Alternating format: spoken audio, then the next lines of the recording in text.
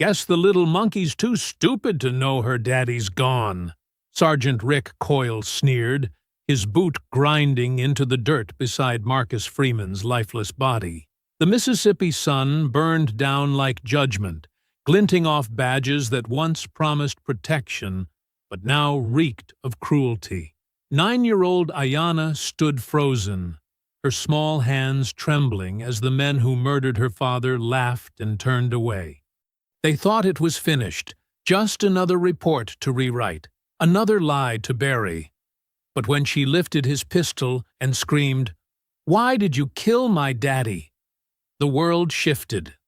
Minutes later, black SUVs rolled in, and 13 of her father's Navy SEAL brothers surrounded the killers, armed not just with weapons, but with truth. Before we go any further, comment where in the world you are watching from, and make sure to subscribe, because tomorrow's story is one you don't want to miss. Morning sun cuts through the mist over Hollow Creek, Mississippi. The light filters through the old oak trees lining Main Street, casting dappled shadows on Marcus Freeman's blue pickup as it rumbles down the road. The truck's engine purrs smoothly, a testament to the skilled mechanic's careful maintenance. 9-year-old Ayanna sits in the passenger seat, her backpack clutched tight against her chest. Her dark eyes shine with admiration as she watches her father's strong hands on the steering wheel. The morning drive to school has always been their special time together. "Daddy," Ayanna says, fiddling with the zipper of her backpack, "we got this new project at school yesterday. It's about heroes." Marcus glances at her with a gentle smile. "That right? Who'd you pick to write about? Martin Luther King? Rosa Parks?" Ayanna shakes her head, her braids swaying. "No, Daddy, I picked you." Her voice carries pure conviction. Marcus's hands tighten slightly on the wheel, emotion flickering across his face. "Me? Baby girl, I'm just a mechanic." "You're not just anything," Ayanna insists. "You fought for our country. You help everybody in town, even mean old Mr. Wilson when his car breaks down. And you always stand up for what's right." She pulls out a slightly crumpled paper from her backpack. "See? I already started writing it." Marcus blinks hard, clearly moved. "Well, now, let me hear some of that." "My hero is my daddy, Marcus Freeman," Ayanna reads proudly. "He served in the Navy, and now he fixes cars, but that's not why he's my hero. He's my hero because—" The sharp flash of red and blue lights in the rearview mirror cuts her off. Marcus's expression shifts instantly, joy replaced by a carefully controlled tension. He lets out a slow breath and eases the truck to the curb. "Put that away now, baby," he says quietly. "Remember what we talked about?" Ayanna nods, her small face suddenly serious. Hands where they can see them. No sudden moves. "Yes, sir," or "No, sir." "That's right." Marcus's voice is steady, but his jaw clenches as 2 officers approach the truck. Through the side mirror, Ayanna watches Sergeant Rick Coyle swagger toward them, his hand already resting on his holstered weapon. Officer Dunn follows behind, younger and visibly nervous. "License and registration," Coyle drawls, leaning into Marcus's window. His breath smells of coffee and tobacco. "Got a broken taillight?" "No, sir, I don't," Marcus replies calmly, reaching slowly for his phone. "I checked all my lights this morning. I'd like to record this interaction, if you don't mind." Coyle's face hardens. "Think you know better than me, boy?" The slur drips with contempt. "No, sir," Marcus says, phone now recording in his hand. "Just exercising my rights as a citizen. My registration is in the glove compartment." Ayanna sits perfectly still, her heart pounding. She's seen this before. The way some officers look at her father like he's already guilty of something. But her daddy taught her to be brave, to hold her head high. Rights? Coyle spits the word, getting mighty uppity for a mechanic. Think being a veteran makes you special? His hand tightens on his weapon. Sir, Marcus keeps his voice level. I'm reaching for my registration now. Moving slow. He starts to lean toward the glove compartment. Officer Dunn suddenly tenses. Gun! He shouts, drawing his weapon. Time seems to slow. Ayanna sees her father's eyes widen in disbelief. No! He starts to say. 3 shots crack the morning air like thunder. Marcus jerks violently, red blooming across his chest. His phone clatters to the pavement as he slumps forward, then sideways, falling out of the truck onto the street. Daddy! Ayanna's scream tears through her throat. She scrambles across the seat, dropping to her knees beside him. Blood soaks into her school clothes, but she doesn't care. Daddy! Wake up! Please wake up! He reached, Coyle mutters, holstering his weapon. His face shows no remorse, only annoyance, like swatting an insect. Officer Dunn turns away, his young face pale and shaken. His hands tremble as he reaches for his radio. Ayanna cradles her father's head in her lap, tears streaming down her face. The hero essay falls from the truck, landing in a puddle of blood. The ink runs, smearing her careful words about courage and doing what's right.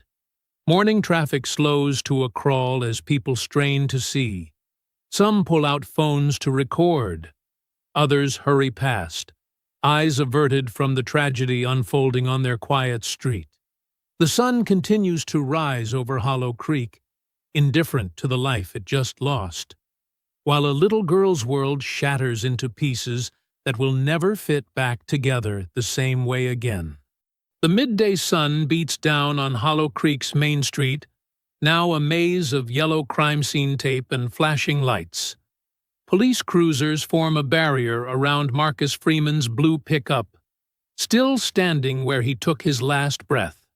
Evidence markers dot the ground like tiny yellow graves, numbered pieces of plastic that can't begin to tell the real story.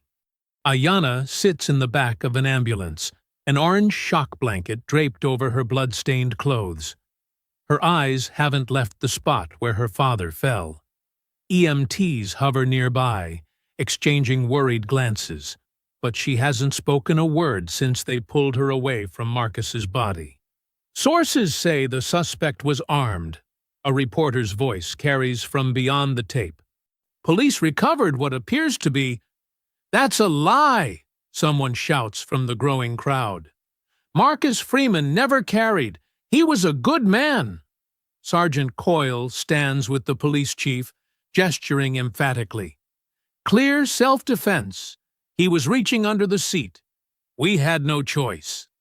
His voice carries just enough for Ayanna to hear, each word landing like another bullet in her chest. Officer Dunn sits in his cruiser, head in his hands. He's already changed his shirt, but there's still blood on his shoes. More news vans arrive, their satellite dishes reaching toward the sky like metal trees. Reporters jostle for position, cameras pointed at the scene while anchors practice their concerned expressions. Live from Hollow Creek, Mississippi, where an officer-involved shooting, the EMTs turn to answer a detective's questions. In that moment, Ayanna slides off the ambulance step. Her feet move silently across the pavement. Her daddy taught her how to walk quietly when they went fishing together. The memory sends fresh tears down her cheeks. She ducks under the yellow tape while everyone's distracted by a shouting match between protesters and police. The truck's shadow welcomes her like an old friend. The driver's door still hangs open, and dried blood marks the seat where her father sat. Her small hands shake as she picks up his phone from the floorboard. The screen is cracked, but still recording, the video runtime showing over an hour. She presses stop and clutches it close. Something pulls her toward the trunk. She remembers watching her father load his gym bag there yesterday, and with it, his service pistol. He always kept it locked up at home, but he'd been planning to take it to the gunsmith for cleaning. The trunk key is on the same ring as the ignition key, still hanging there. It takes all her strength to turn it, but the trunk pops open with a familiar creak. The black handgun lies wrapped in a cloth, exactly where she'd glimpsed it yesterday. It feels heavy and cold in her hands. Her father taught her never to touch it, but her father's dead now, and all the rules died with him. Voices rise in alarm. "The girl! Where's the girl? Someone check the perimeter!" Ayanna steps out from behind the truck, gun pointed down, tears streaming. The first person to spot her screams. Officers spin around, hands flying to their weapons. "Drop the gun!" someone shouts. But Ayanna's eyes lock onto Sergeant Coyle. She raises the pistol with both hands, just like she's seen in movies. Her arms shake, but her voice rings out clear and broken across the suddenly silent street. "Why did you kill my daddy?" The world seems to stop. Phones record. Cameras swivel. Officers draw weapons but hesitate. No one wants to be the one who shoots a 9-year-old girl on live television. "Put it down, kid," Coyle calls out, his usual swagger cracking slightly. "Don't make this worse." "He didn't do anything wrong," Ayanna screams. "You killed him. You lied." Movement on nearby rooftops catches her eye. Men in tactical gear taking position. Her father told her about snipers, how they can end a fight before it begins. More police cars screech onto the scene. The crowd swells, phones raised high to capture every moment. Social media explodes with live streams and hashtags. Ayanna Freeman trends worldwide within minutes. "Please, sweetheart," a female officer tries. "Just put the gun down. We can talk about this." "Talk?" Ayanna's voice cracks. "Like my daddy tried to talk. He was nice to you. He was always nice, even when you weren't nice back." The standoff stretches into minutes, then half an hour. The sun climbs higher. Sweat rolls down faces. Fingers stay tight on triggers. News helicopters circle overhead. Politicians release statements. Pundits debate on live TV. But on Main Street, a little girl holds her ground, her father's blood still drying on her shoes. 45 minutes in, Coyle's patience snaps. "This is ridiculous. Take the shot." "Stand down," the police chief orders. "Nobody fires." The crowd's angry murmur grows louder. Phones capture every word, every movement. At exactly 1 hour, a new sound cuts through the tension. The deep, resonant tone of a bullhorn. "Ayanna." The voice is strong, steady, filled with quiet authority. "This is Isaiah Holt. I'm a friend of your daddy. Let's talk." Through the sea of drawn weapons and tense faces, a tall figure moves with deliberate calm. Isaiah Holt's weathered features bear the marks of years of service, but his eyes remain sharp and focused. His civilian clothes, dark jeans and a gray Henley, stand in stark contrast to the wall of police uniforms he passes. "Sir, you need to stay behind the line," an officer warns, reaching for Isaiah's arm. Isaiah fixes him with a steady gaze. "I served with Marcus Freeman, Navy SEALs, 2nd Battalion. That's his daughter." His voice carries the kind of authority that makes people step aside. And reluctantly, they do. Coyle steps forward, face flushed. "This is a police matter." "Which you've handled brilliantly so far," Isaiah cuts him off, never breaking stride. His attention stays fixed on Ayanna, whose small hands still grip her father's gun. As he approaches, Isaiah keeps his movements slow and visible. The crowd falls silent, phones still recording, everyone holding their breath. Even the news helicopters seem to hover more quietly. "Ayanna," he calls out again, his deep voice gentle now. "Your daddy talked about you all the time when we served together." He takes another careful step. "Remember when he sent you that video from the carrier? You were just starting kindergarten." Ayanna's grip tightens on the gun, but her eyes show a flicker of recognition. He wore his blue hat." Isaiah smiles, taking another step. "That's right. The one with the dolphins on it. He bought it just for that video because you loved dolphins so much." He's close enough now to see the tremors in her small frame. "He made our whole unit sing 'Happy Birthday' to you." They were off-key. Ayanna whispers, tears spilling fresh down her cheeks. "Terrible," Isaiah agrees softly. "Your daddy said we sounded like dying seals, but he didn't care. He just wanted to make you smile." Behind him, Coyle shifts impatiently. "We don't have time for this story hour, bull." Chief Merrick silences him with a sharp gesture. "Too many cameras," he mutters. "Let it play out." Isaiah takes another step closer. He can see the gun shaking in Ayanna's hands now. "Your daddy was the bravest man I ever served with," he continues. "But you know what made him proudest? Not the medals, not the missions. It was you. Every single day, it was you." Ayanna's arms begin to lower slightly. He promised he'd be home for dinner." Her voice breaks. "He always kept his promises." "I know, baby girl." Isaiah's own voice roughens with emotion. "He loved you more than anything in this world." "They killed him," she sobs, the gun dropping another inch. They just... I know." Isaiah is only a few feet away now. "But this isn't the way, Ayanna.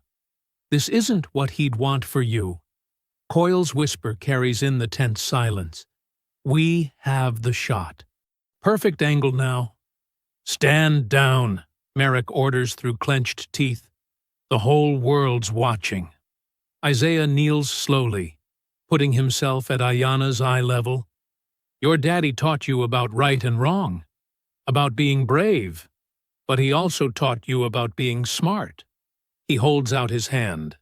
"Let me help you be smart right now. Let me help you fight the right way." Ayanna looks at him, really looks at him, seeing the same quiet strength she knew in her father. The gun slips from her fingers, clattering to the pavement.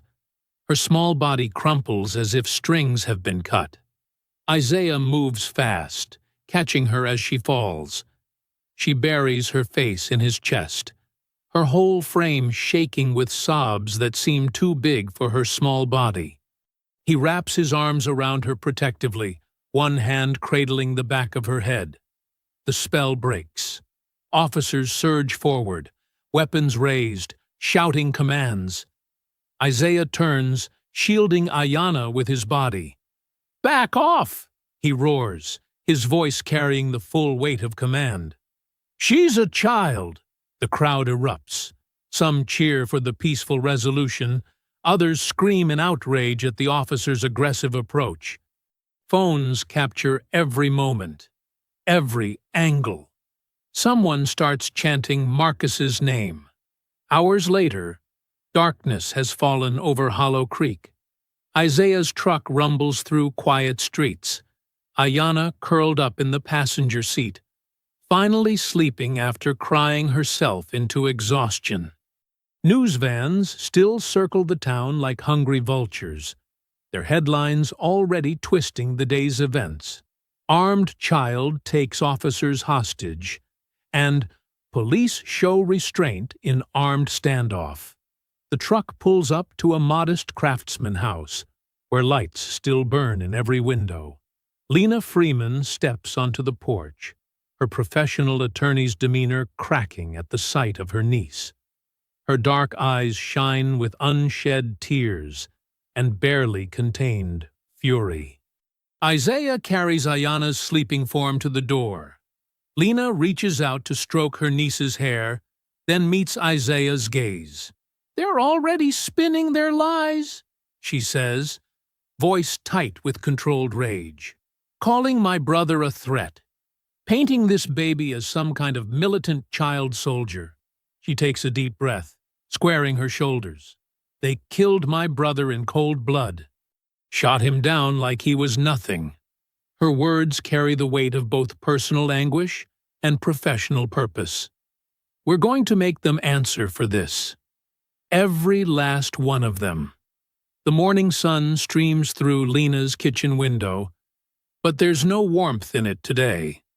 She stands at the counter, coffee mug gripped tight, watching the local news with growing disgust. On screen, a carefully edited version of yesterday's events plays out. Sources say Marcus Freeman, a local mechanic with possible gang affiliations, reached for what officers believed was a weapon, the anchor reports with manufactured concern. Security footage, chopped and spliced, shows only the final moments, conveniently missing the beginning of the stop. "You lying cowards!" Lena hurls her coffee mug at the TV. It shatters against the wall instead, dark liquid streaming down like blood. Her hands shake as she grips the counter, trying to steady herself. Her phone buzzes, the district attorney's office confirming their emergency meeting. She straightens her blazer, switches off the TV, and heads out with a storm in her eyes. The DA's office is all polished wood and false warmth. District Attorney William Palmer, a man who's built his career on being professionally non-committal, sits behind his massive desk with practiced concern on his face. "Ms. Freeman," he begins, folding his hands, "I understand this is a difficult time." "Save it," Lena cuts him off. "I want the unedited footage. All of it. Body cams, dash cams, surveillance. Now." Palmer sighs, spreading his hands. "It's not that simple. This is an active investigation. My brother was murdered in broad daylight. The situation is complicated." Palmer chooses his words carefully. "Initial reports suggest your brother made threatening movements. That's bull, and you know it." Lena leans forward. "Marcus was a veteran. He knew how to handle police stops. He had his hands visible the whole time. We need to let the investigation run its course. While you doctor evidence." Lena stands, her chair scraping back. "I'm filing a formal request for all footage. Today. And if one frame is missing, I'm going to the FBI." Across town, Isaiah works the streets, talking to witnesses. Miss Ruby at the corner store saw it all through her window. Her hands tremble as she arranges candy bars, speaking low. "That boy had his hands up the whole time," she whispers. "Coyle, he was looking for trouble. Been doing it for years." She glances around nervously. "Marcus, he knew something. Something big. Was in here just last week, talking about evidence he was gathering." Isaiah's interest sharpens. "Evidence of what?" "That company, Helion Defense.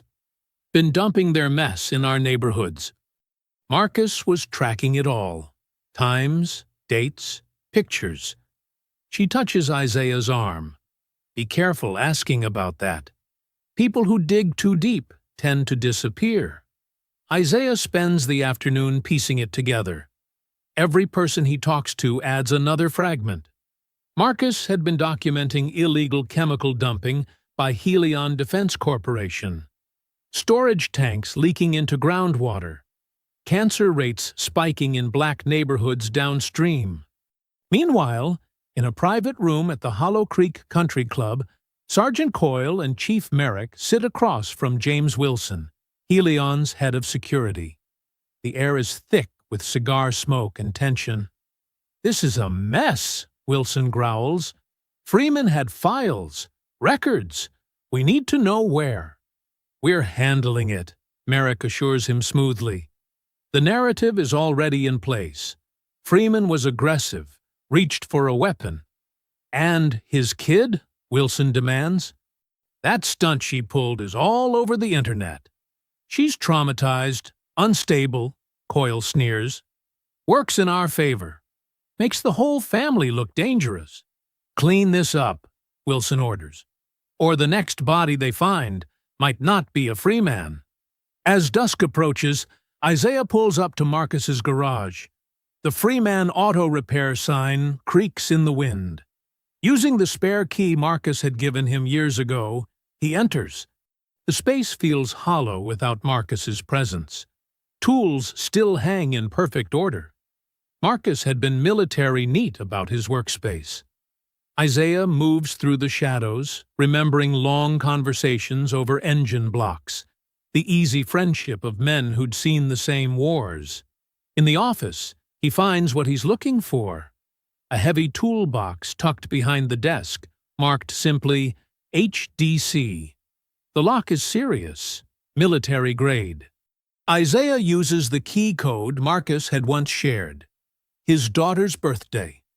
Inside, organized with a soldier's precision, are flash drives, receipts, photographs, chemical composition reports, shipping manifestos, maps marked with dump sites, and at the bottom, a handwritten note that makes Isaiah's blood run cold. If I don't make it back, tell Isaiah it wasn't an accident. He stares at his friend's familiar handwriting, jaw clenched tight. Marcus had known, had been preparing, had tried to protect himself with documentation, but in the end, paper couldn't stop bullets. Isaiah carefully closes the toolbox, securing it with trembling hands. Through the garage window, he sees a patrol car rolling past, slowing slightly. They're watching. Always watching. He waits in the darkness until it passes, the weight of Marcus's final message sitting heavy in his hands. The rain drums against Lena's windows as thunder rolls across Hollow Creek. In her dimly lit living room, papers and folders cover every surface. Isaiah sits cross-legged on the floor, methodically sorting through Marcus's documents, while Lena paces, phone pressed to her ear. No, I need those body cam files tonight, she insists, her voice tight with frustration. I don't care about your protocols. She listens for a moment, then hangs up with a curse. They're stonewalling us. Isaiah looks up from a stack of receipts. They're buying time to clean up the evidence. He holds up a document. Look at this. Purchase orders between Helion and the police department. They've been supplying crowd control equipment since the protests last summer. Lena sits beside him, frowning at the paper. That's not unusual. Lots of departments get riot gear from defense contractors. Yeah, but look at these shipments. Isaiah spreads out more documents. Chemical dispersal units, water cannons. But the amounts don't match. They're ordering way more than a town this size would ever need. Thunder crashes again. Upstairs, they hear a small whimper. Lena glances at the ceiling, her face softening with worry. She's been having nightmares. Can't blame her. Isaiah's jaw tightens. Watching your father die like that? She's sleeping with his jacket, Lena says quietly. Won't let it go. Says it still smells like him. They work in silence for a while, the rain providing a steady backdrop to their investigation. Isaiah organizes the papers into neat piles. Financial records, shipping manifests, environmental reports. Each document adds another piece to a disturbing puzzle. Here, Lena suddenly says, holding up a contract. Look at these signatures. The police department isn't just buying equipment. They're providing security for Helion's waste transport. Isaiah leans in. Official escort for sensitive materials. That's how they're doing it. Moving the chemicals under police protection, so nobody asks questions. Marcus figured it out, Lena whispers. He tracked their routes, all those late-night convoys heading toward black neighborhoods. Her voice catches. They killed him for this. Isaiah pulls out his phone, scrolling through contacts. I know someone who might help. Guy named Torres. We served together. Last I heard, he was working security for Helion. Can you trust him? He was solid in the teams.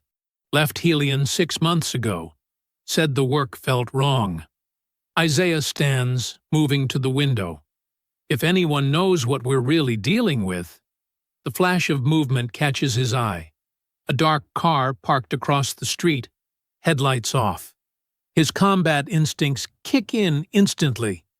Get down! The window explodes inward as gunfire tears through the living room. Isaiah tackles Lena to the floor, covering her body with his as bullets punch into walls and furniture. Glass shatters, wood splinters, and somewhere upstairs, Ayanna screams. Stay down, Isaiah commands, army crawling toward his jacket, where his pistol waits. More shots rip through the house, controlled bursts, professional work. These aren't amateur thugs. Lena starts to rise. Ayanna, I'll get her! Stay here! Isaiah reaches his weapon just as tires screech outside. The car peels away into the rain-soaked night, leaving behind the acrid smell of gunpowder and terror. Lena scrambles to her feet, rushing upstairs. Ayanna! Baby, are you okay? Isaiah secures the perimeter with practiced efficiency, checking angles, noting impact patterns. This wasn't random spray and pray. They aimed for the living room where the documents were spread out. They knew exactly what they were targeting. Upstairs, Ayanna sobs in Lena's arms, clutching her father's jacket like a shield. They're gonna kill us like they killed Daddy. No, baby. Lena rocks her, meeting Isaiah's eyes over her niece's head. We won't let them. Isaiah moves through the house, securing doors and windows. His mind catalogs details automatically.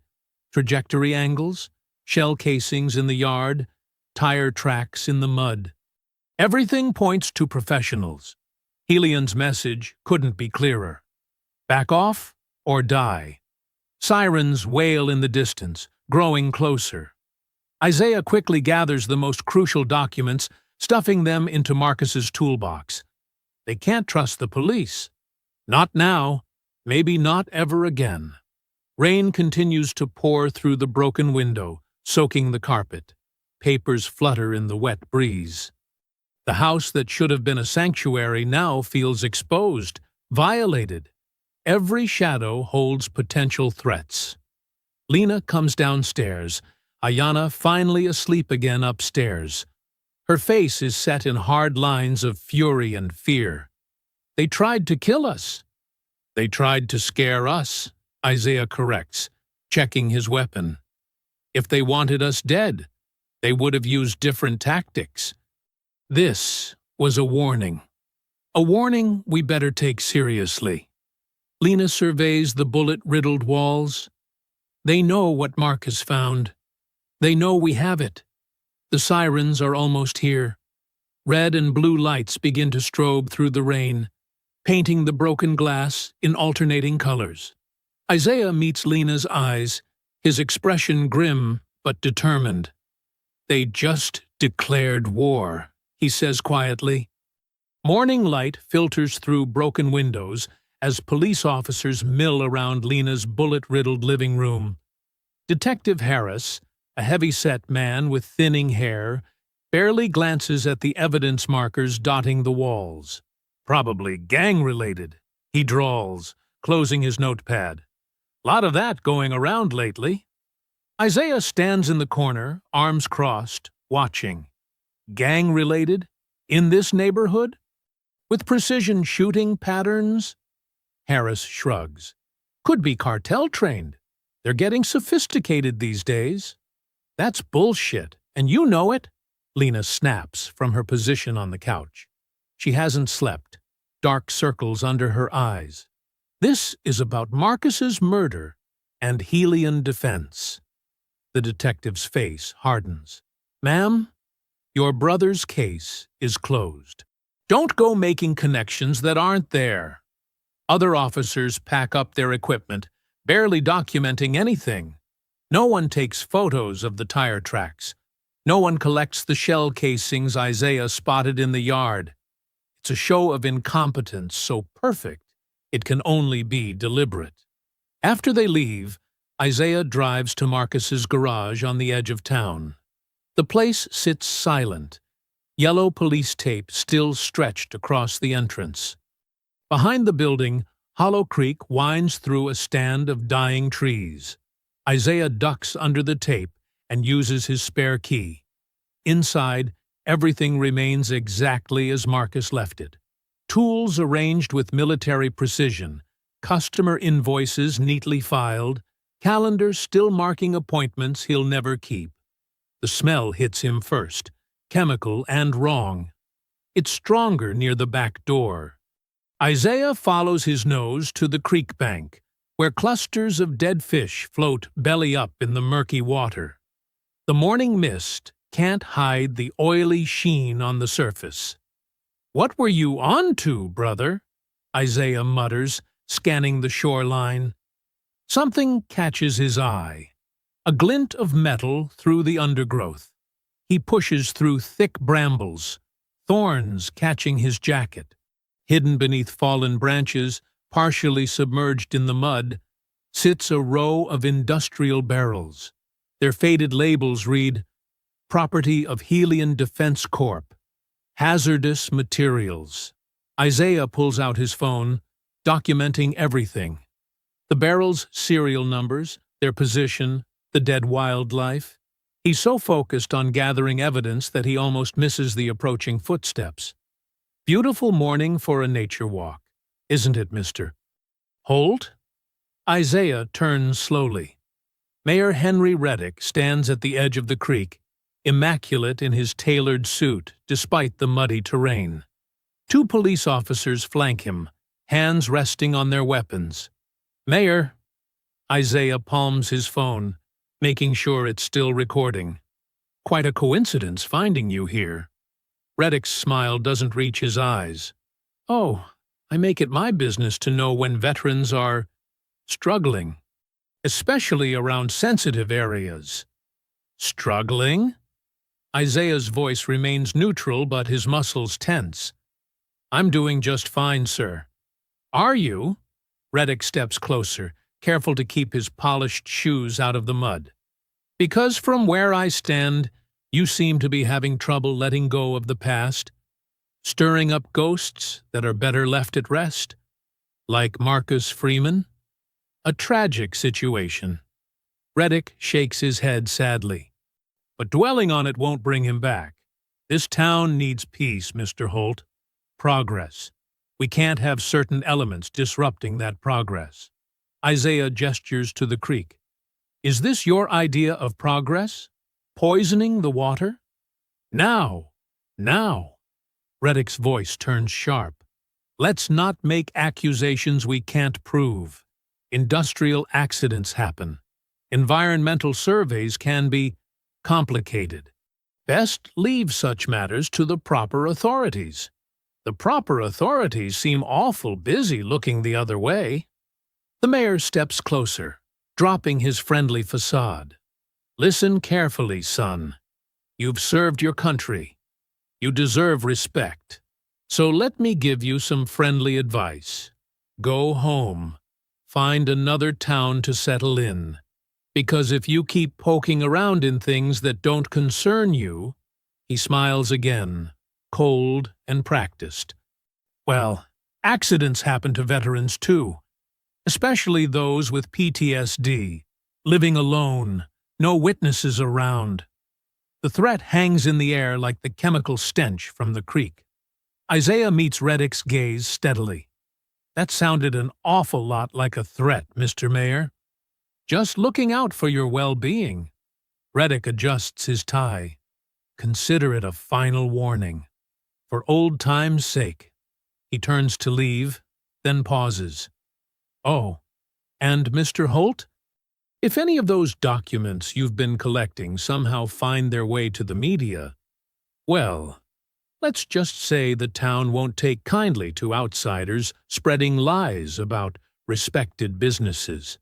Isaiah watches them leave, recording until they're out of sight. His jaw clenches as he reviews the footage. Every threat, every implied warning captured perfectly. Back in his truck, he pulls up his email and finds the contact information Lena gave him for Tanya Cruz, an investigative journalist known for exposing corporate corruption. He attaches the video, photos of the barrels, and a brief message. Marcus Freeman's murder. Hellion defense. Environmental crimes. Mayor involved. Proof attached. Her response comes within minutes. Meet me at dawn. Bring all the proof you have. And watch your back. 3 whistleblowers on Hellion stories have died this year. Isaiah stares at the message, then at the dying creek beyond his windshield. The morning sun catches the rainbow slick of chemicals on the water's surface. Beautiful and poisonous, just like the town's smiling mayor and his perfectly pressed suit. The Blue Moon Diner sits like a lonely island in the pre-dawn darkness, its neon sign flickering weakly against the purple sky. Isaiah parks his truck behind the building, away from the highway's view, just as Tanya Cruz steps out of her weathered Subaru. She's shorter than he expected, but her presence fills the empty parking lot. Dark eyes scan the surroundings with the sharp attention of someone who's covered war zones. A press pass hangs from her neck, and a laptop bag is slung across her shoulder. Mr. Holt? Her handshake is firm. Let's take this inside. Fewer eyes. The diner's interior smells of old coffee and grease. One sleepy waitress barely looks up as they slide into a corner booth, far from the windows. Tanya orders coffee for both of them, then pulls out her laptop. Show me everything, she says quietly. Isaiah spreads out Marcus's documents across the sticky table. Chemical disposal records, property maps, old land deeds. He plays the recording of Mayor Reddick's threats, then shows her the photos of the barrels in Hollow Creek. Tanya's fingers fly across her keyboard, cross-referencing dates and names. Her face grows darker with each connection she makes. This goes deeper than just illegal dumping, she mutters. Look at these property records. She turns her screen toward Isaiah. See this land where Hellion built their chemical plant? It used to be owned by 12 black families, all seized through eminent domain in 1963. During the height of the civil rights movement, Isaiah notes. Exactly. The families were given pennies on the dollar. Most had to leave town. She pulls up more documents. And guess who facilitated those seizures? Robert Merrick Sr., our current police chief's father. Isaiah's phone buzzes. A text from Lena. He reads it twice, his jaw tightening. Lena just found something interesting. Seems both Coyle and Chief Merrick own significant Hellion stock, purchased right before the company expanded its waste management contracts. Inside trading on top of everything else. Tanya shakes her head. This town's corruption goes back generations. They've perfected the art of making crimes look legal. The waitress refills their cups. They wait until she's out of earshot before continuing. Marcus figured it out, Isaiah says softly. That's why they killed him. He was going to expose everything. And now they're trying to bury the truth with him. Tanya's voice hardens. Well, not this time. I'm running the story. Full expose, front-page digital edition. My editors already cleared it. They'll try to discredit you. Let them try. I've got sources at the EPA, satellite imagery showing the contamination spread, testimony from former Helion employees. She meets his gaze. But you need to understand something. When this breaks, they'll come after all of you. Hard. Not just Helion, but everyone who's been protecting them. The whole corrupt machine will fight back. We're ready, Isaiah says. Are you? Tanya leans forward. Because I've covered 3 other Helion stories. All 3 whistleblowers died in accidents before they could testify. 1 car crash, 1 house fire, 1 robbery gone wrong. The company has deep pockets and deeper connections. So did the warlords you exposed overseas. A ghost of a smile crosses her face. You did your homework on me. Former war correspondent, embedded with Marines in Fallujah. Won awards for exposing civilian casualties that private military contractors tried to cover up. And I learned one thing from all of that. The truth only matters if you live long enough to tell it. She starts packing up her laptop. I'll need 24 hours to verify the final pieces. Then we go live with everything. Dawn has broken outside, painting the empty parking lot in pale gold. They walk to their cars separately, maintaining distance like they never met. Isaiah's halfway home when his phone rings. Lena's number. Did you meet with Cruz? She asks, without preamble. Yes, she's running the story tomorrow. We should... His phone beeps. Another incoming call. Tanya's number. Hang on, that's her now. He switches lines. Tanya? Heavy breathing. Road noise. They're following me. Tanya's voice is tight with fear. Black SUV, no plates. They're trying to... A crash of metal. Oh, God! Where are you? Isaiah's already spinning his truck around. Highway 9, near the old mill. They're running me off the... The line goes dead. Isaiah switches back to Lena. Call 911. Tanya's in trouble on Highway 9. He floors the accelerator, tires screaming as he races toward the highway. Smoke rises in the distance, thick, black, and oily against the morning sky. His hands clench the steering wheel until his knuckles go white. The scene comes into view like a nightmare in slow motion. A car flipped on its roof, flames already consuming the interior.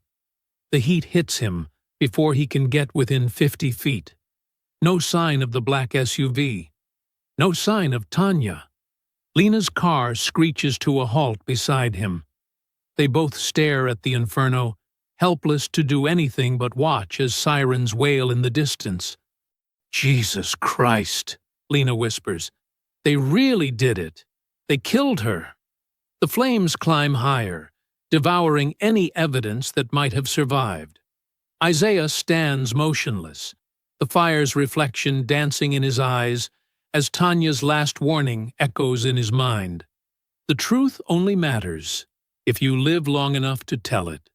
The flames die down to angry embers as emergency vehicles surround Tanya's wreck. Red and blue lights paint the gathering crowd in alternating colors. News vans arrive like vultures, their satellite dishes reaching toward the smoke-stained sky. Isaiah watches from behind the police tape, his face a mask of stone. Beside him, Lena grips her phone, recording everything. They both know what's coming. They've seen this playbook before. Preliminary evidence suggests alcohol may have been involved, Chief Merrick announces to the press, his voice dripping false concern. We found several empty bottles in the vehicle. That's a lie, Lena hisses. Tanya didn't drink. She was Muslim. Isaiah says nothing, his eyes fixed on the wreckage as the fire crews finish their work. Something about the way the car sits bothers him.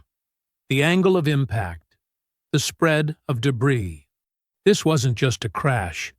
When the tow truck arrives, he moves closer, pretending to check his phone. The vehicle's mangled rear end passes inches from him. There, attached under the trunk's lip, he spots it. A small black box with a blinking red light. A tracker. He snaps a quick photo before a uniform pushes him back. "Sir, this is an active crime scene." More cops arrive, their faces unfamiliar, not local. They wear tactical gear and carry assault rifles. The crowd shifts nervously. "Isaiah Holt!" Chief Merrick's voice booms through a megaphone. "We have a warrant for your arrest." Lena steps forward. "On what grounds?" A detective waves a paper. "Criminal trespassing and destruction of private property." Security footage shows Mr. Holt breaking into Helion defense facilities last night. "That's impossible," Lena protests. "He was with me all." "We have it on video, ma'am." The detective's smile is cold, along with evidence linking him to Ms. Cruz's accident. Isaiah's mind races. They're moving faster than expected, tying up loose ends. He glances at Lena, a silent message passing between them. Get Ayanna out. But it's too late. A police cruiser pulls up, and there's Ayanna in the back seat with Aunt Ruth Merrick, the chief's cousin who runs foster care.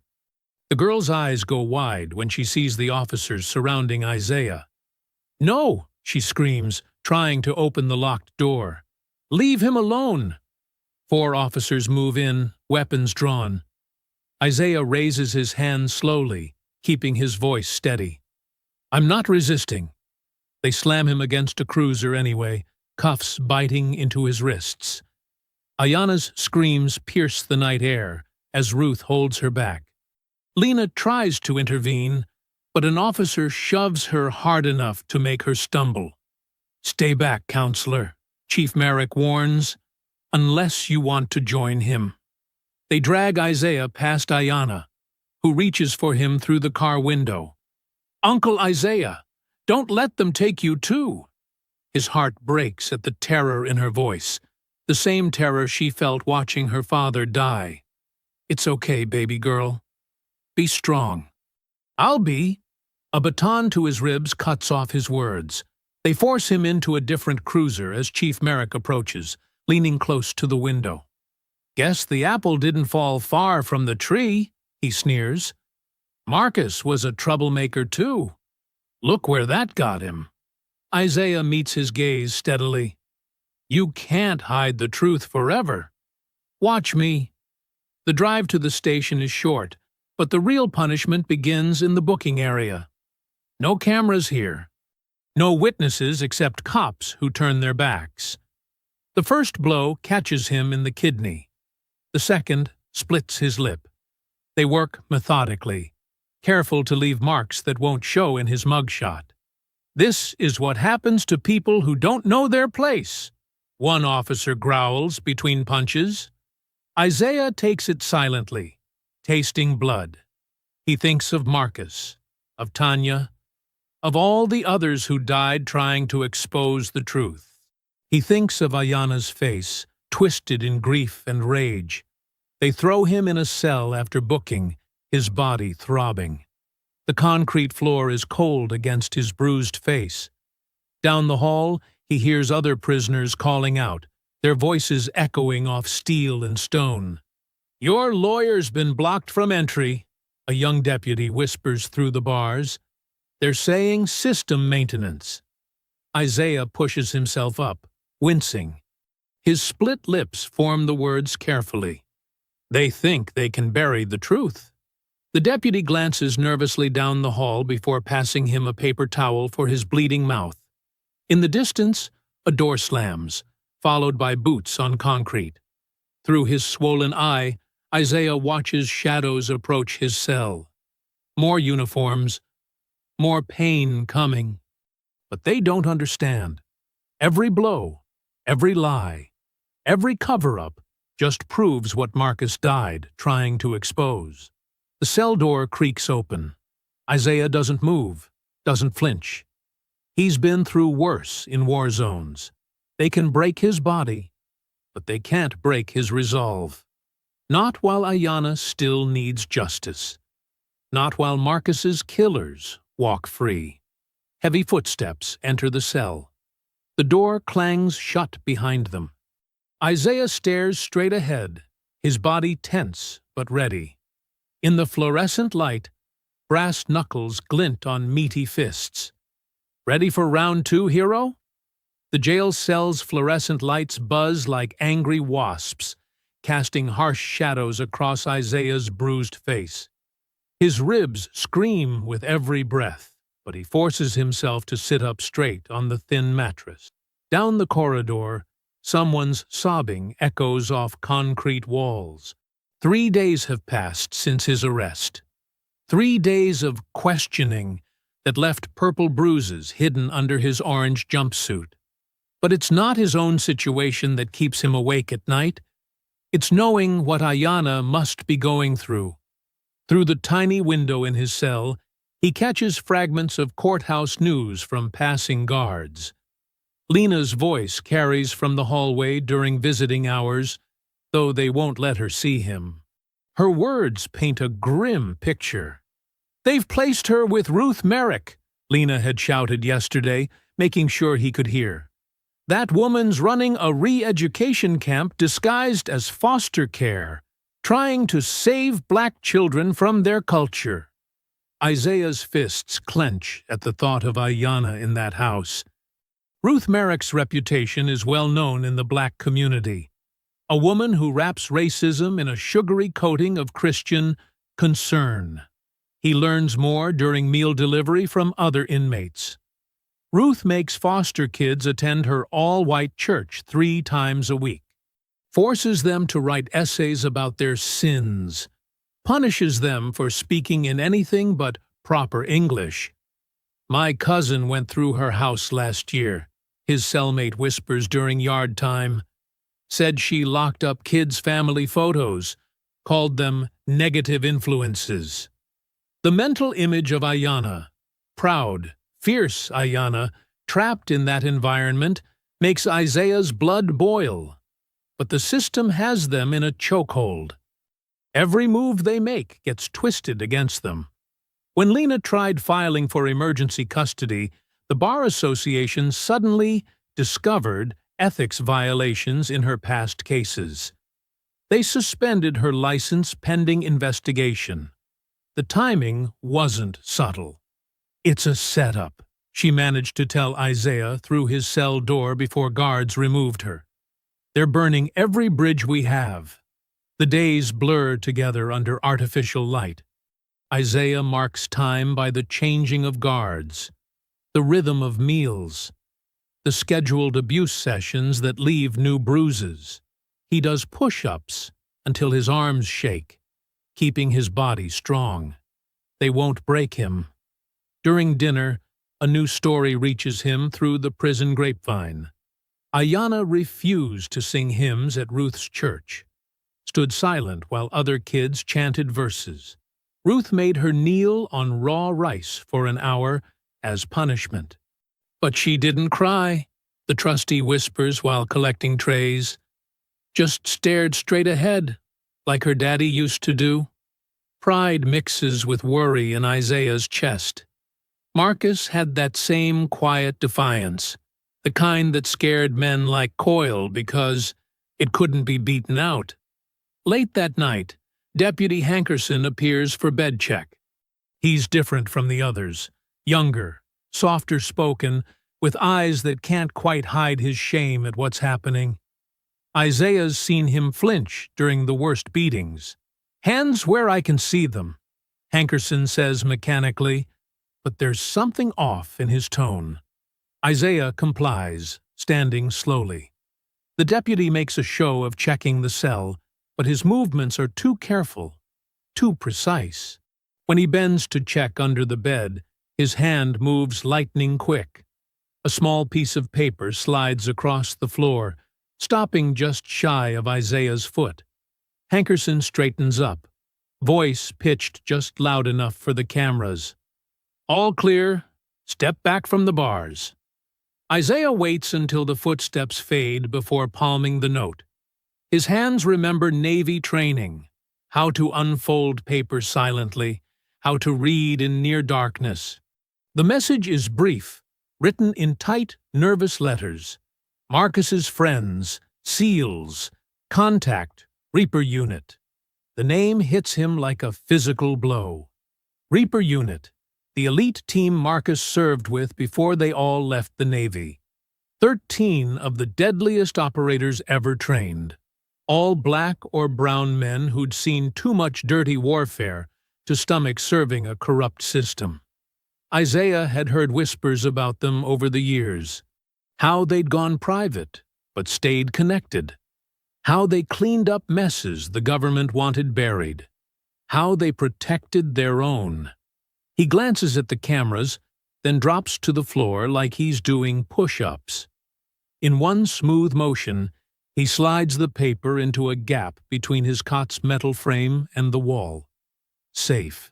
Reaper Unit, he whispers into his chest, too quiet for the mics to catch. It's time. More footsteps approach, heavy ones this time. The night shift's attitude adjustment crew, right on schedule. Isaiah rises slowly. Injuries protesting. Let them come. Let them think they're wearing him down. They don't know he's not alone anymore. They don't know that somewhere out there, 13 shadows are about to join the fight. Men who'd served with Marcus, who knew the real story behind Helion's contracts, who had their own scores to settle. The cell door opens with its familiar shriek. Isaiah faces the darkness beyond, shoulders straight despite the pain. They can have tonight's battle. The war is just beginning. 2 guards enter, cracking knuckles. Ready for your bedtime story, hero? Isaiah doesn't respond. His mind is already racing ahead, remembering old contacts, planning moves. The real question isn't whether he's ready. It's whether this town is ready for what's coming. The first punch lands. Isaiah rolls with it, protecting his core. Behind his eyes, he sees Marcus's face, Ayanna's tears, Lena's fury. He takes the hits, each one feeding the fire inside him. Soon, he thinks. Soon. Thunder rolls across Hollow Creek like artillery fire. Rain hammers the jail's metal roof, drowning out the usual chorus of midnight suffering. In his cell, Isaiah lies perfectly still, counting heartbeats, waiting. The bruises from his latest session throb in time with the storm. 3 cracked ribs make each breath a knife-edge dance. But his mind stays sharp, focused on the shadows moving beyond his tiny window. At exactly 2 a.m., the first explosion rocks the night, far enough to seem unrelated, maybe a transformer blown by lightning. Guards shift nervously in their seats, radios crackling with confused chatter. The second blast hits closer, taking out the power station that feeds the jail's security systems. Emergency lights flicker on, bathing the corridors in blood-red warning glows. Footsteps pound past Isaiah's cell as guards rush to secure the perimeter. Through his window, he catches glimpses of organized chaos, dark figures moving with military precision. The flash of night vision goggles, hand signals he remembers from combat. A black SUV appears out of the storm like a demon, accelerating toward the main gate. The impact sounds like a bomb going off, metal screaming, concrete crumbling. Gunfire erupts, but it's sporadic, unprofessional. The guards are shooting at ghosts. "Cell blocks compromised," someone shouts. "Multiple hostiles." The voice cuts off in a wet gurgle. Isaiah rises from his cot, muscles coiled. He knows those movement patterns, knows the deadly efficiency of men trained to kill silently. 13 shadows flow through the corridors like smoke. No wasted motion. No mercy for the guards who resist. Each man moves with the controlled violence Isaiah remembers from his SEAL days. The kind that comes from decades of combat, refined into lethal art. His cell door opens without a sound. A familiar face appears in the red emergency lights. Doc Harris, their old unit medic. His dark skin shows new wrinkles, but his eyes still carry that same calculating intensity. "Long time no see, brother," Doc says, voice barely above a whisper. He quickly checks Isaiah's injuries with practiced hands. "They worked you over good. I've had worse." Isaiah grabs the tactical vest Doc tosses him. The weight feels right, like coming home. "Marcus?"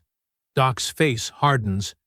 He was gathering evidence on Helion's black ops. Found out they were using SEAL teams for illegal wet work, disposing of witnesses. Marcus died trying to protect us all. More explosions outside. Calculated distractions drawing attention away from the jail. Through the chaos, Isaiah recognizes other faces from his past. Rodriguez, Jackson, Thompson, all veterans of America's shadow wars, now turned against the system that used them. "Command centers secured," a voice reports through their comms. Cameras looped, guards neutralized. They move like a single organism, muscle memory from countless missions taking over. Isaiah falls into formation despite his injuries. His body remembers this dance. The rain grows heavier as they exit the jail. Lightning silhouettes armed figures on the roof. More of the team providing overwatch. No one dies tonight, but plenty of guards will wake up with splitting headaches and wounded pride. 3 identical black SUVs wait in the parking lot, engines purring. Isaiah slides into the middle vehicle, his ribs screaming protest. Doc hands him a satellite phone. "Lena's secured at the safe house," he says, "but we need to move fast on the girl. Foster mom's getting suspicious." Isaiah dials a memorized number. Lena answers on the first ring. "About damn time," she says, relief cracking through her professional tone. "Ruth's got Ayanna locked in the basement for attitude adjustment. That woman's going to catch these hands." "We're on our way," Isaiah cuts her off. "Be ready to move in 20. The SUVs split up, taking different routes through the storm. Isaiah's vehicle heads toward the outskirts of town, where Ruth Merrick's Victorian mansion squats like a malignant toad. 2 members of the team are already in position, having scouted the property days ago. "No security system," Doc reports, checking thermal imaging. 2 heat signatures in the basement, 1 adult, 1 child. Isaiah's jaw tightens. Ruth's down there with her? Not for long. The extraction takes less than 3 minutes. The basement door proves no match for breaching charges. Ruth barely has time to turn around before she's zip-tied and gagged, her self-righteous protests muffled. They find Ayanna curled in a corner, defiant, even in tears. Her eyes light up when she sees Isaiah. "I knew you'd come," she whispers, throwing herself into his arms. He lifts her despite his ribs' protest, holding her close as they move through the rain to the waiting vehicles. The safe house is an old hunting cabin deep in the woods, off any official maps. Lena meets them on the porch, pulling Ayanna into a fierce embrace. The girl's shoulders finally relax as she breathes in her aunt's familiar scent. Inside, the 13 members of Reaper Unit gather around a scarred wooden table. Maps spread out, show the town, the chemical plant, the police station. Weapons and tactical gear lie ready. Isaiah studies the faces of his brothers in arms. Men who've seen the worst humanity offers, but still chose to stand against it. Men who came when called because Marcus was family, and family demands justice. Lightning flashes through grimy windows. Thunder shakes the cabin's foundations. Isaiah looks at the assembled warriors and speaks the words they've all been waiting to hear. Tomorrow, we end this. On camera, dawn breaks over Hollow Creek like a bruise, all purple shadows and mottled gray clouds. The town square fills with workers setting up a stage, hanging banners that read, "In memory of Marcus Freeman, a community united." The hypocrisy turns Isaiah's stomach. He watches from a parked car 2 blocks away, hidden behind tinted windows. Police cruisers circle the perimeter like sharks, their lights off, but their presence heavy. Chief Merrick supervises the security setup personally, positioning snipers on surrounding rooftops. "They're expecting trouble," Doc says from the driver's seat, passing Isaiah a pair of binoculars. Counted 16 officers visible, probably more undercover in the crowd. Isaiah studies the growing gathering through magnified glass. Local news vans jockey for position near the podium. Mayor Reddick's staff arranges chairs in neat rows, making sure the cameras will catch their carefully orchestrated show of unity. "Good," Isaiah grunts. More witnesses. His phone buzzes. Lena sending updates from the safe house where she's helping Ayanna prepare. The girl insisted on speaking at the memorial despite their concerns. "Some things need saying," she'd told them, her young face set with determination that mirrored her father's. Rodriguez's voice crackles through their encrypted radio. "Tech team in position. We've tapped into every local broadcast feed and hijacked the emergency alert system. When you give the signal, Marcus's files go live to every screen in 3 counties. Isaiah checks his watch. 2 hours until the ceremony. In the back seat, Thompson and Jackson verify their gear. Non-lethal, but effective. No one dies today, but plenty of people will face justice. Crowds getting bigger, Doc notes. Looks like the whole town showed up. Isaiah studies the faces through his binoculars. Black residents clustered together, their expressions wary but hopeful. White townspeople maintain careful distance, some wearing blue ribbons in support of law enforcement. The divide runs visible as a scar through the gathering. His phone buzzes again. A photo from Lena shows Ayanna in a simple black dress, her father's dog tags hanging around her neck. The message reads, "She's ready. Are we?" Movement at City Hall, Rodriguez reports. Mayor's motorcade rolling out. Helion exec cars right behind them. Isaiah watches the procession of black SUVs and police escorts wind through downtown.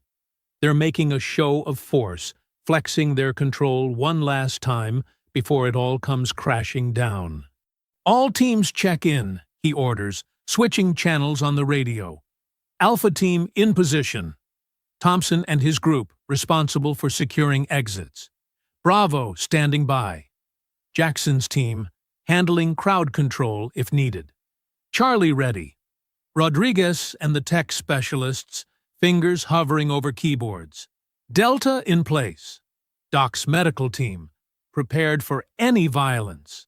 Isaiah takes a deep breath, feeling his cracked ribs protest. The pain keeps him focused. "Remember, we do this clean. By the book. Let the evidence speak for itself." The memorial program starts at exactly 10 a.m.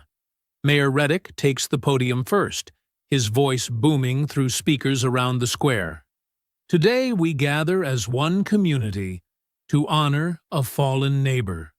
Isaiah's lip curls at the lies. Through his earpiece, he hears Lena and Ayanna arriving through the back entrance they secured earlier. Right on schedule. The mayor drones on about healing and unity, while Chief Merrick stands stone-faced behind him. Neither man shows any sign of shame for their part in Marcus's murder and the cover-up that followed. Signal strength is good, Rodriguez reports. Ready when you are. Isaiah watches Helion's CEO shift uncomfortably in his front row seat. The man keeps checking his phone, probably wondering why his security team isn't responding. They're all currently zip-tied in a warehouse across town, courtesy of Reaper Unit's advance team. Mayor Reddick introduces a local pastor for the invocation. The crowd bows their heads. Isaiah uses the moment to slip through their ranks, moving like a shadow despite his injuries. Other members of Reaper Unit do the same, taking their positions. The prayer ends. Reddick returns to the microphone. And now, to share some words about her father, we welcome young Ayanna Freeman. A murmur runs through the crowd as Ayanna approaches the podium. She looks tiny up there, but her spine is straight as a blade. Lena stands protectively nearby, watching the police officers with open contempt. Isaiah's finger hovers over the radio trigger. Everything hinges on timing now. Years of combat experience have taught him the importance of patience, of waiting for the perfect moment to strike. Ayanna adjusts the microphone. Her voice comes out clear and strong. My daddy was a hero. The crowd leans forward, captivated by this child's courage. Even the police officers lower their weapons slightly, perhaps feeling the first stirrings of shame. Through his earpiece, Isaiah hears Rodriguez whisper, "Feeds locked in." Ready on your mark. Ayanna continues speaking, each word laden with truth. He taught me that doing what's right isn't always easy, that sometimes you have to stand up, even when you're scared. Isaiah looks at Marcus's photo on the memorial banner, his friend smiling, proud in his Navy uniform. So much light, so much hope, snuffed out by corruption and greed. Forgive me, brother, Isaiah whispers, his finger tightening on the trigger. This time, they'll see. Sergeant Coyle approaches the podium after Ayanna steps down. His uniform is pressed crisp, medals gleaming in the morning sun. The performance begins with practiced precision, a trembling lip, a dramatic pause, eyes glistening with fake tears. Marcus Freeman was more than just another citizen. Coyle's voice cracks perfectly. He was a veteran, a father, a member of our community. What happened that day? He dabs at his eyes with a handkerchief. It weighs on all of us in law enforcement. Isaiah's jaw clenches as he watches from within the crowd, baseball cap pulled low over his eyes. Beside him, Doc mutters under his breath, "Keep talking, you lying snake." There was no way to know, Coyle continues, gripping the podium's edges. In that split second, when an officer must make life-or-death decisions, he looks heavenward, as if seeking divine understanding. We can only pray for healing, for understanding of this tragic misunderstanding. The crowd shifts uncomfortably. Some nod in agreement, others whisper in disgust. The division cuts through the gathering like a razor. Those who believe the lies, and those who've lived the truth. Through his earpiece, Isaiah hears Rodriguez. Feeds are primed. Every screen in town is linked to our broadcast signal. Coyle's voice rises with rehearsed emotion. We must come together now, more than ever.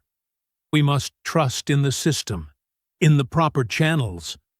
Isaiah's hand moves to his pocket, fingers finding the remote trigger. He glances at the massive LED screens flanking the stage, currently showing Coyle's performance in high definition. His gaze sweeps over the positioning of his team. Thompson near the emergency exit, Jackson by the sound booth, others scattered strategically through the crowd. I personally pledge, Coyle thumps his chest, that we will honor Marcus's memory by... Isaiah presses the button. The screens flicker. Static crackles through the speakers.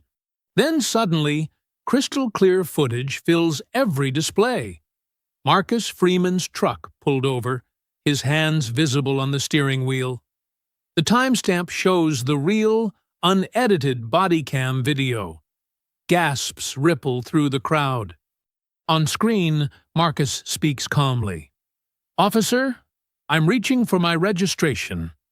Coyle freezes mid-sentence at the podium, his face draining of color as his own voice blares through the speakers. "Shut your mouth, boy." The footage continues mercilessly. No weapon, no threat, just 3 shots, and Marcus falling, while Ayanna's screams pierce the morning air. The truth, raw and undeniable, plays out in high definition. But it doesn't stop there. More footage follows: security camera clips of late-night chemical dumps, body cam videos of coordinated harassment, recorded meetings between police and Helion executives. Years of corruption cascade across the screens. The crowd erupts. Some people cry out in horror, others in vindication. News cameras swing wildly between the screens and the stunned faces of officials on stage. Mayor Reddick stumbles backward. Helion's CEO bolts for his security detail, only to find them mysteriously absent. "Shut it off!" Chief Merrick bellows, but his tech team's equipment is dead, hijacked by Rodriguez's superior skills. "Kill the power!" Isaiah steps forward, removing his cap. Around him, other members of Reaper Unit emerge from the crowd like shadows taking form. The police officers on scene raise their weapons, but they're suddenly unsure where to aim. There are too many targets, too many angles to cover. Coyle's practiced composure shatters. His hand drops to his service weapon, eyes wild with desperation. "This is a setup!" he shouts, drawing his pistol. "These men are dangerous fugitives." "No." Isaiah's voice carries across the square, steady and deep as thunder. "This is justice."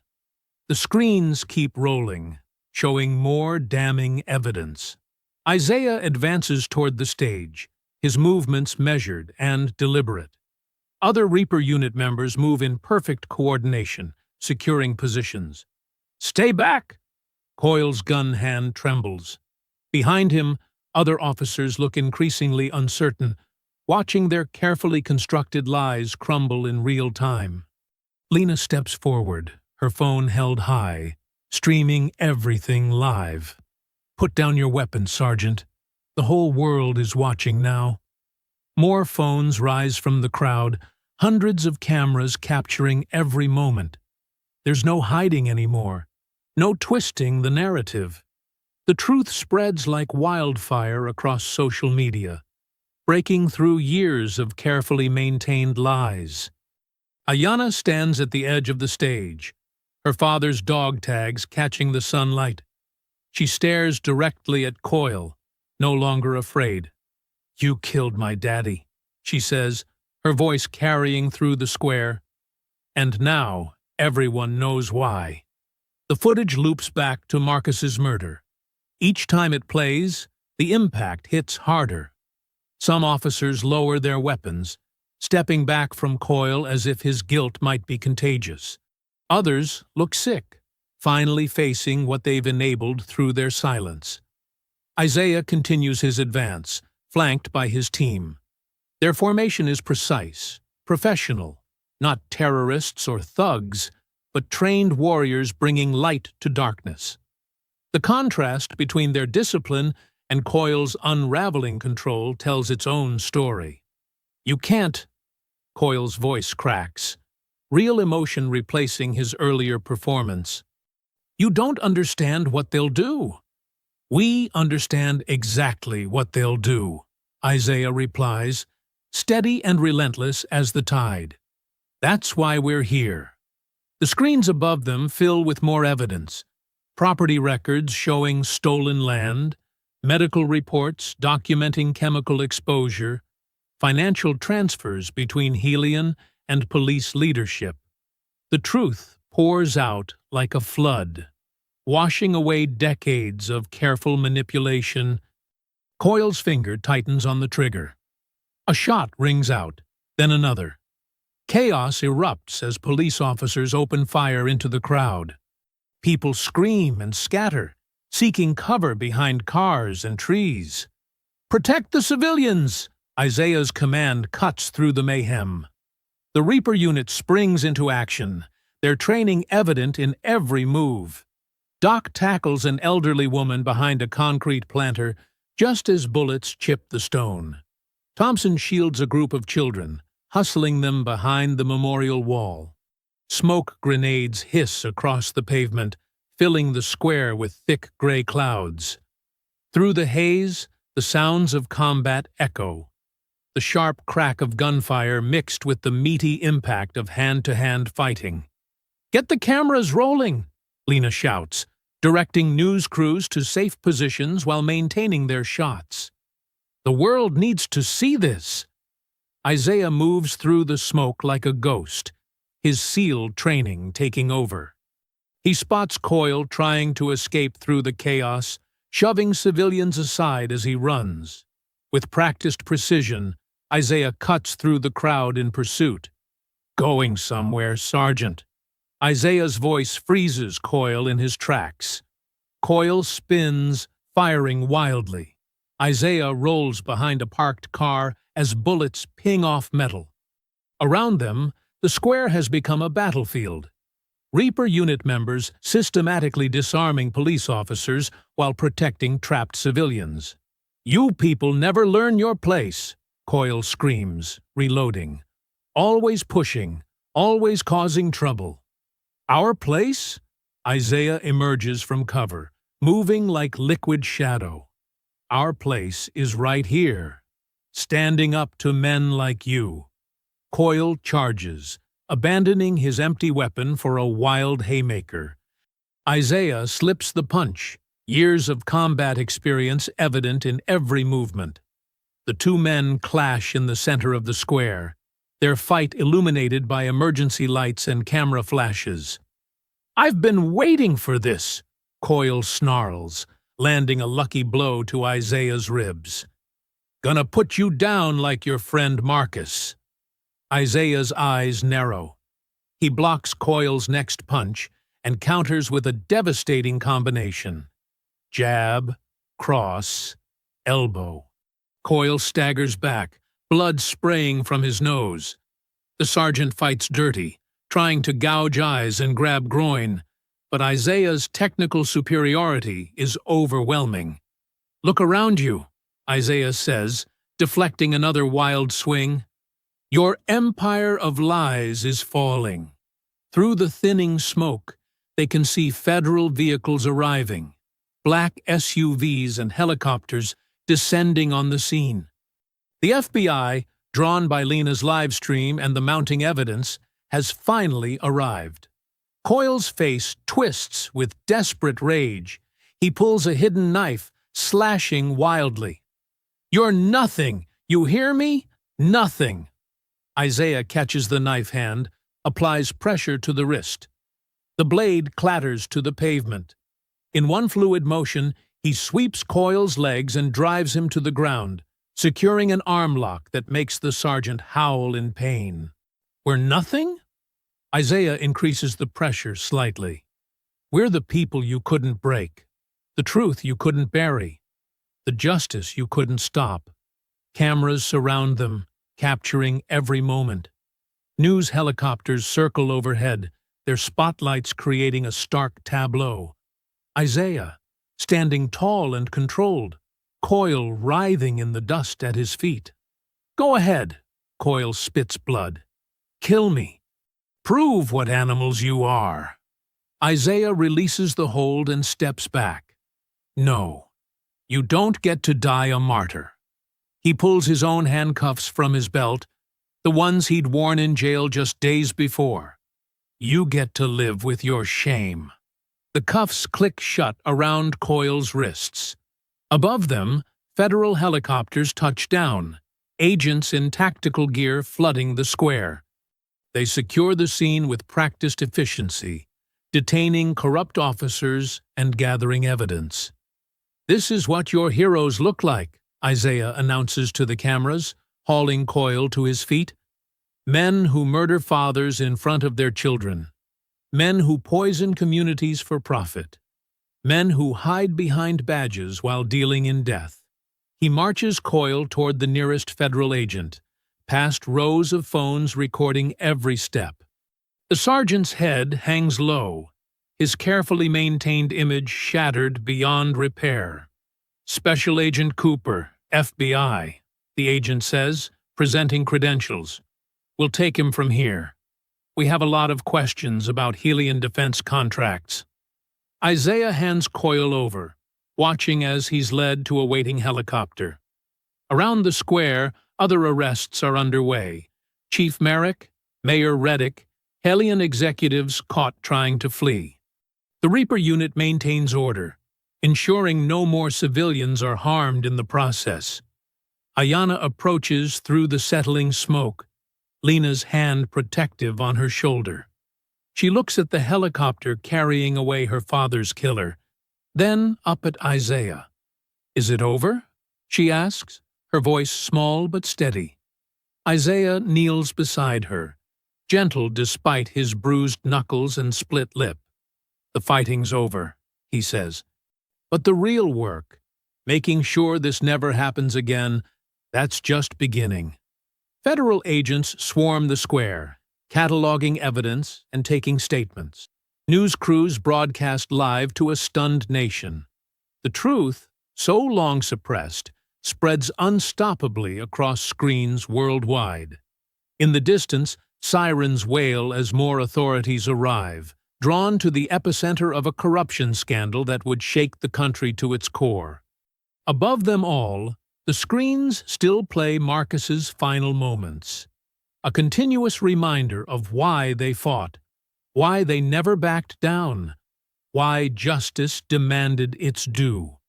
2 days after the standoff at the memorial, dawn breaks over Hollow Creek with a different energy. The morning news plays on TVs across town, showing footage of Chief Merrick's resignation press conference. He stands at a podium, pale and defeated, as reporters shout questions about Helion Defense Corporation's illegal activities.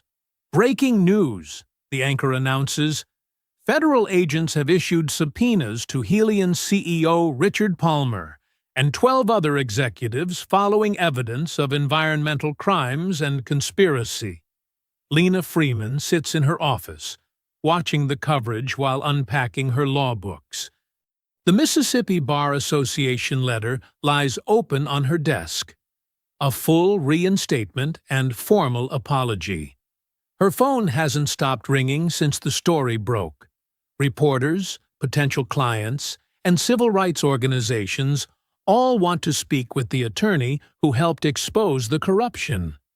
She picks up a framed photo of Marcus from a box and places it on her desk. "We did it, Big Brother," she whispers, touching the glass. "We showed them what truth looks like." Across town, Isaiah Holt ignores the third call from CNN. His phone buzzes constantly with interview requests, but he has no interest in becoming a media figure.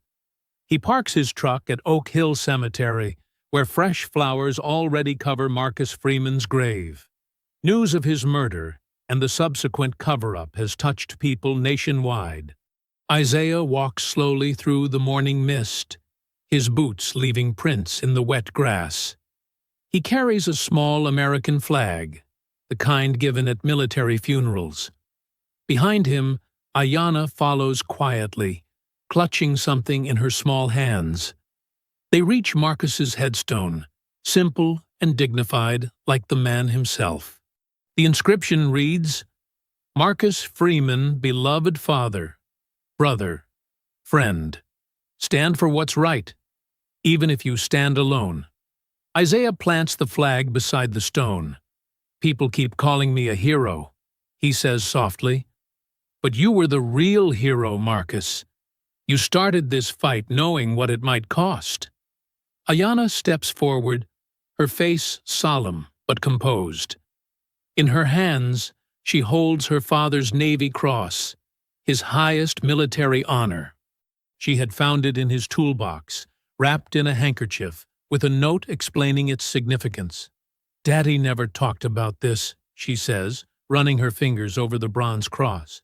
"He said real heroes don't brag." "That's true," Isaiah nods. "Your father believed in doing what's right because it's right, not for recognition." Ayanna places the medal carefully against the headstone, arranging it so morning sunlight catches the metal. "The news people want to interview me," she says. "They keep calling Aunt Lena's house." "You don't have to talk to them if you don't want to," Isaiah assures her. "What happened? It's your story to tell when and if you choose." She looks up at him, her eyes carrying wisdom beyond her years. "I want people to know who my daddy really was. Not what those police said about him."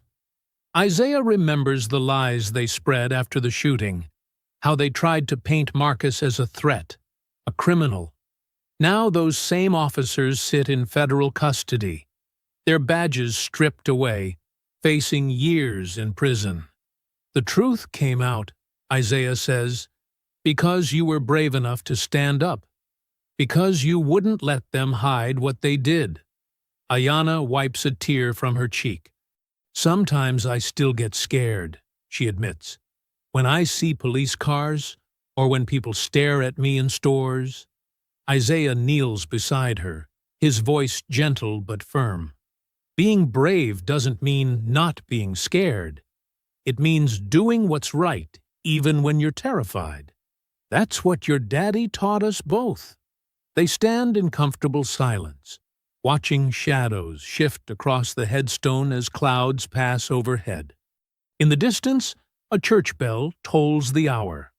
The sound reminds Isaiah of Marcus's Sunday routine, how he'd dress up in his best suit, take Ayanna to services, then treat her to pancakes afterward. "You know what I remember most?" Ayanna says suddenly. "How Daddy always helped people fix their cars, even when they couldn't pay. He said everybody deserves a little kindness." Isaiah smiles, remembering Marcus's generous spirit. He believed in building community, in lifting people up instead of pushing them down. A cool breeze rustles the flowers on the grave. Ayanna adjusts her father's medal, making sure it's secure. Her small fingers trace the letters of his name on the stone. "Miss Jenkins at school says I'm in the history books now," she says. "That what happened here will be remembered." "It will," Isaiah agrees.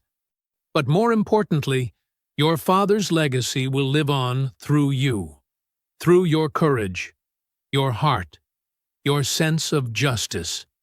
Ayanna leans against him, exhausted but peaceful. The past few days have been a whirlwind of federal agents, journalists, and legal proceedings. Through it all, she's shown remarkable strength. Isaiah wraps his arms around her small frame, holding her close as the morning sun warms their faces.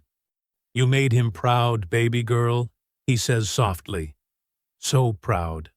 1 month later, Hollow Creek's town square looks transformed. Gone are the bullet holes and scorch marks from that fateful day. Fresh paint brightens storefronts, and new benches line the sidewalks. But the most striking changes are the murals that now dominate 2 prominent walls. On the east wall, Marcus Freeman's face gazes out over the square, his expression both gentle and determined. The artist captured his essence perfectly. The quiet strength in his eyes, the slight smile that always made people feel welcome.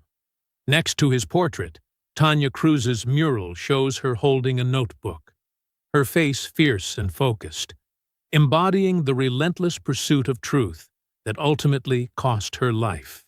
The square fills steadily as afternoon shadows lengthen. People arrive carrying folding chairs and blankets, setting up on the fresh grass where temporary stages and speakers stand ready. Children dart between adults' legs, their laughter echoing off buildings that once witnessed so much pain. The crowd grows diverse. Elderly black residents who've lived here all their lives chat with young white families who've just moved in. Hispanic business owners close their shops early to join the gathering, and Asian students from the community college help set up refreshment tables. Lena Freeman adjusts the microphone on the small stage, her legal pad covered in last-minute notes. She's wearing a dress in Marcus's favorite shade of blue. Behind her, a banner reads, "Hollow Creek Unity Celebration. Truth Grows Here." Isaiah Holt stands at the edge of the crowd, leather jacket on despite the warm evening. He prefers watching from a distance these days, though people still approach to shake his hand or thank him. The 13 other SEALs who helped expose the truth have long since departed, returning to their lives across the country. But their presence lingers in the town's collective memory, proof that justice can prevail when good people stand together. Mayor Wilson, elected after Reddick's arrest, takes the stage first. She's young, progressive, and determined to heal the town's wounds. "A month ago," she begins, "we stood divided by lies, hatred, and fear. Today, we gather as one community, stronger for having faced our truths." The crowd applauds politely, but they're really waiting for another speaker. Ayanna Freeman sits in the front row, wearing a yellow sundress and clutching index cards. At 9 years old, she's become a symbol of resistance and hope, though most don't know she still has nightmares about that morning with her father. When Lena introduces her niece, the square falls silent. Ayanna walks to the microphone, her braids swaying slightly in the evening breeze. She has to stand on a small platform to reach it properly. Isaiah notices her hands trembling, but admires how she squares her shoulders, just like Marcus used to do. "My name is Ayanna Freeman," she begins, her voice clear and strong despite its youth. "A lot of people know me as the girl who pointed a gun at police, or the daughter of the man they killed. But I want to tell you who I really am." She pauses, looking out at the sea of faces. "I'm a girl who loved having pancakes with her daddy on Sundays, who helped him fix cars in his garage, who learned from him that being brave doesn't mean not being scared. It means doing what's right, even when you're terrified." In the crowd, several people wipe away tears. An elderly white woman reaches over to squeeze the hand of a young black mother next to her. "When they killed my daddy, they thought they could hide the truth. They thought nobody would listen to a little girl. But they were wrong." Ayanna's voice grows stronger. "My daddy always said that lies are like chains. They might hold you down for a while, but truth breaks them every time." Isaiah notices movement at the edges of the crowd, reporters with cameras trying to capture this moment. But for once, their presence doesn't feel intrusive. This needs to be documented, needs to be remembered. Miss Cruz, Tanya, she believed in truth too. She died trying to help us tell it. Ayanna gestures to the journalist's mural. So did a lot of other people who got hurt, or lost their jobs, or were scared to speak up. But they did it anyway, because that's what courage looks like. The setting sun casts long shadows across the square, painting everything in soft gold light. Someone starts a rhythm of gentle clapping, and it spreads through the crowd like ripples in water. "People ask me if I'm angry," Ayanna continues. "Sometimes I am. But Daddy taught me that anger can poison your heart if you let it. He'd want us to build something better instead. That's why these murals matter. That's why this celebration matters. Because we're not just remembering what we lost, we're growing something new. She steps back from the microphone as applause thunders across the square. Lena hugs her tight, both of them crying now. The crowd rises to their feet, the sound of their appreciation echoing off buildings that once echoed with gunfire. Isaiah watches as Ayanna makes her way off the stage, accepting hugs and handshakes from people in the front rows. She looks tired but proud, like she's finally set down a heavy weight. When she reaches the mural of her father, she stops and looks up at it. The inscription beneath it catches the last rays of sunlight. They tried to bury us. They didn't know we were seeds. A small group gathers around her, reading the words aloud together. The phrase spreads through the crowd in whispers and murmurs, becoming a gentle chorus of voices, united in remembrance and hope. I hope you enjoyed that story. Please share it with your friends and subscribe so that you do not miss out on the next one. In the meantime, I have handpicked 2 stories for you that I think you will enjoy. Have a great day.